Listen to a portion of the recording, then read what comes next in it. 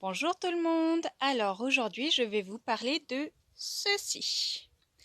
Je vais vous expliquer qu'est-ce que c'est que ce truc, à quoi ça sert et est-ce que c'est si important que ça? Je vais vous parler d'absolument tout ce que je peux voir justement qui circule sur Internet ou ce dont j'ai pu voir par moi-même. Ce qu'il faut retenir, c'est que ce modèle-là est un masque chirurgical. Autrement dit, il a 3 couches. Une couche extérieure qui est non tissée, une couche intérieure qui est tissée et une couche de filtration qui se trouve en plein milieu. Cela nous permet justement du coup de protéger les personnes extérieures pour au cas où nous serons porteurs du virus sans même le savoir. Voici donc comment porter le masque. Le porter comme ça, en cachant notre bouche et notre nez, ça permet de protéger non seulement les autres, à cause des postillons qu'on pourrait, sans le vouloir, faire sortir et du coup qui sont porteurs du virus, mais également de nous protéger nous-mêmes, car en respirant, on peut respirer sans le vouloir justement le virus qui serait présent dans l'air. Car oui, il peut résister un petit moment tout seul dans l'air, résister jusqu'à ce que quelqu'un passe par là et le respire. Le porter comme ça, à quoi ça peut servir? Eh bien c'est simple. En fait, on protège les personnes qui sont autour de nous, car en parlant, nos postillons restent confinés du coup à l'intérieur du masque, mais on ne se protège de rien du tout. Si la personne en face de nous n'a pas de masque, ou si le virus est présent dans l'air, on va forcément le respirer. Voilà ensuite une petite astuce pour ceux qui n'aiment pas la buée qu'il y a sur les lunettes. Alors, surtout, il faut bien pincer autour du nez. Et, petite astuce, croiser. Il faut croiser l'élastique. Comme ça, le masque va vers le bas et ça limite énormément la buée qui est sur les lunettes. Donc, comme ça, vous n'avez plus l'excuse de « mais je ne vois plus rien, à chaque fois j'ai plein de buée sur les lunettes ». Non, vous n'avez pas cette excuse-là. Il suffit juste de croiser, en fait, les élastiques des deux côtés. Une dernière chose qui est très importante. Ce masque, on peut le garder entre 3 et 8 heures. Cela dépend s'il a été souillé entre-temps. Souillé, qu'est-ce que ça veut dire? Eh bien, si par exemple, il est mouillé. Donc, c'est-à-dire si on transpire énormément en dessous, qu'on le porte depuis longtemps, qu'on a fait de l'exercice et qu'on transpire, du coup, le masque va se retrouver mouillé. Et s'il est mouillé, il ne peut plus filtrer correctement nos particules. Donc, dans ce cas-là, il ne sert plus à rien, il faut le changer. Ensuite, il peut être aussi souillé si une personne qui se trouve en face de nous parle et ne porte pas de masque. Dans ce cas-là, tous ces postillons, qu'ils soient visibles ou non, vont forcément venir se projeter sur nous, partout sur nous. Dans ce cas-là, il faut se débarrasser du masque et bien se désinfecter. Mais pour ce faire, il ne faut surtout pas toucher le masque, mais plutôt les élastiques. Vous les retirez comme ceci. Ça ne prend pas longtemps et vous le jetez vers la poubelle la plus proche. Surtout à la poubelle, parce que si vous le jetez par terre et qu'une personne le touche pour le mettre ensuite à la poubelle parce que vous ne l'avez pas fait, et que la personne qui se trouvait en face de vous était porteur du virus, vous allez sans le vouloir contaminer la personne qui fera votre boulot à votre place, c'est-à-dire qui prendra ce masque pour le mettre à la poubelle.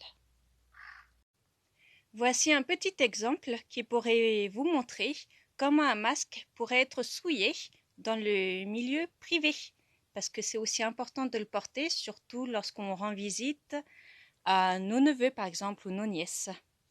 Donc je vous laisse regarder ce petit exemple. Loulou! Oh là là! Comme vous pouvez le voir, ce petit garçon m'a toussé au visage, mais je portais un masque, heureusement. Parce que s'il est porteur du virus, du coup je me suis protégée. Parce que tous ces postillons qu'il a fait en toussant sont allés sur le masque, mais aussi malheureusement partout sur moi. Donc dans ces cas-là, ce qu'il y a à faire, c'est retirer le masque, le jeter, bien se laver partout, bien se laver. Se laver les mains, très important, surtout si vous touchez votre neveu, et puis bien se laver aussi le visage. Alors, je vous ai montré un exemple du coup de si vous rendez visite à une personne et que vous savez qu'elle est malade. Donc bien porter son masque, très important. Mais autrement, si vous avez de la visite, disons que aucune personne ne semble malade, vous devez respecter certains gestes barrières. Donc, je vais vous montrer quelques exemples. Hey, salut! Bon désolé, je vous fais pas la bise, mais bon, je vous dis quand même salut de loin. Allez, rentrez, je vous ouvre la porte. Donc là, vous voyez un exemple de comment accueillir quelqu'un ou plusieurs personnes tout en respectant les gestes barrières, c'est-à-dire ne pas faire la bise parce que ça, c'est totalement à proscrire pour le moment. Tant que le virus circulera, c'est fini. Les bisous, les câlins, c'est fini. Ensuite, je leur ai dit que je leur ouvrais la porte pour éviter justement du coup qu'ils touchent la poignée de porte ou la porte au cas où l'un de nous soyons porteurs sans le savoir ou l'un d'eux justement l'est. Ça limite comme ça, on va dire, le nettoyage une fois qu'ils seront partis. Ensuite, une fois à l'intérieur, surtout, il faut bien respecter une certaine distanciation, c'est-à-dire il faut 1 mètre minimum. Moi, par sécurité, je mets 1,50 m, voire 2 mètres pour être sûr. Donc, par exemple, on se met dans la salle à manger et chacun est d'un bout à l'autre de la table. La distance de la table, du coup, fait notre distanciation. Et comme ça, nous pouvons discuter tout en étant juste en face de la personne, sans pour autant se dire est-ce qu'il y a 1 mètre là ou 2 mètres, je sais pas trop. Attends, respire pas, je vérifie tout de suite. Alors je compte. 1, 2, c'est bon, tu peux te mettre là. Attends, je recule, 2 minutes. Alors, 1, 2, là, ça y est, c'est bon, je reste là, on bouge plus. Voici également ce que j'ai pu voir par moi-même au tout début où le masque est devenu obligatoire. Mademoiselle, s'il vous plaît, mettez votre masque. Y a Moi, plus... mettre mon masque? Mais pourquoi? Ça sert à quoi? Je vais pas mettre une muselière, hein? Non, mais faut pas rêver, hein? Appelez les flics si vous voulez, j'en ai rien à faire. Je vais pas le mettre, moi, votre truc là. Alors, le masque n'est absolument pas une muselière, mais pas du tout. Une muselière, c'est ce qu'on met au chien pour éviter qu'il morde le premier passant qui passe devant. Alors que le masque, il est utilisé depuis longtemps déjà dans le milieu médical. Il sert notamment aux chirurgiens. Donc, si vous-même ou un de vos proches s'est un jour fait opérer, leur médecin portait ce masque pour leur propre sécurité, pour éviter justement qu'il les contamine d'un éventuel virus.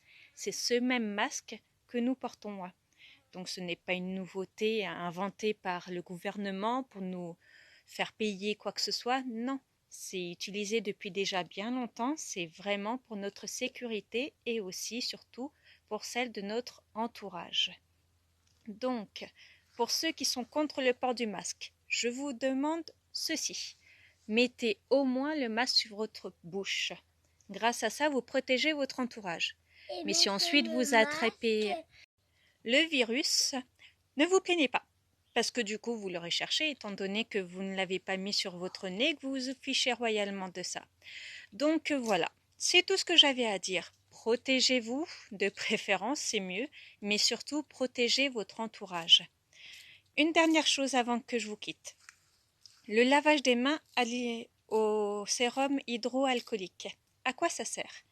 Eh bien, dedans, il y a de l'alcool qui permet justement de se désinfecter les mains. Mettre justement ce produit avant de faire vos courses permet justement de pouvoir toucher les courses avant de les mettre dans votre caddie.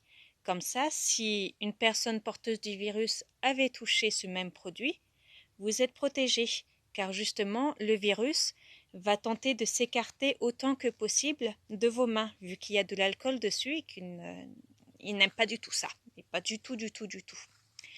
Donc voilà, n'hésitez pas à vous laver les mains, faites attention quand même au sérum hydroalcoolique, parce que si on l'utilise plus qu'un certain nombre de fois, et ben le problème c'est que ça attaque les doigts, donc ça attaque la peau et c'est pas bon du tout. Donc entre-temps, lavez-vous les mains avec de l'eau et même avec du produit, comme ça permet de retirer le sérum et ensuite vous pourrez à nouveau utiliser ce sérum. Il n'y a aucun souci. Je le fais moi-même à mon travail, donc j'hésite pas à l'utiliser ce sérum du moment que des fois j'utilise de l'eau claire avec du savon pour retirer le sérum. Je peux en remettre après sans aucun souci. Donc n'hésitez pas à le faire.